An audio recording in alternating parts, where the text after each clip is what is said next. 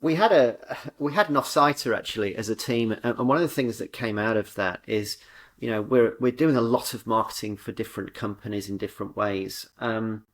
But fundamentally, when you look at the state of marketing today, there's a lot of reliance on social media communications and web communications, and there is so much of it. And ChatGPT and these new AI-powered tools are making it far easier for everybody to produce very decent content. Now, the consequence of that for companies is it's hard to get your brand stand out because there's so much volume, paucity of content out there that it's hard to be seen.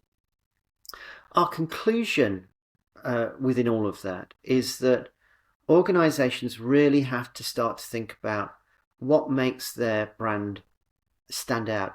What's its identity that's unique and original to the brand, and that could be very much the imagery that's being presented. It could be sounds. It could be slogans, whatever that might be.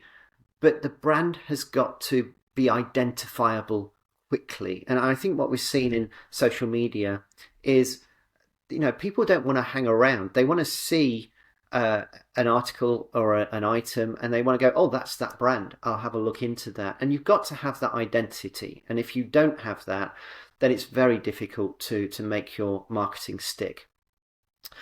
I guess the challenge with that is, everybody's trying to build a unique brand. So you've got to be exceedingly creative in what you're doing. More to the point, though, you need to understand what makes your business special and what makes it authentic. How does it develop a personality through those communications that's going to make it stand out?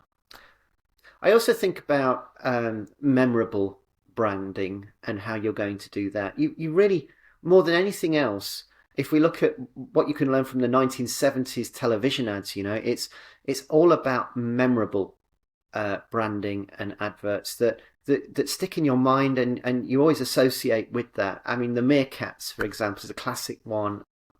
I go back to the sort of 1970s television ads, and you need uh, memorable adverts that stick in your mind about the brand. I remember sort of Guinness had a very catchy sort of tune to all of their ads. I remember, the Meerkats. I remember PG Tips, monkeys. You kind of associate these things. You think, well, what's that got to do with the brand? But you do remember it, and you do go back to it. You do associate that intervention with the brand. So if you're going to build a unique brand signature, you've got to understand the authenticity of the brand, what makes it what it is, what is its personality. You've also got to be very artistic and creative. It's just no good using stock imagery that everybody else is using the same color bands that are popular at the moment. You want to stand out. So you've got to find ways to, yes, stand out, but also be somewhat predictable. You want to make sure that there's a consistency to the way that you're projecting your brand so that people identify that as well, and they see in that a quality that is going to resonate with their audience, with what it is that they're looking to buy or do.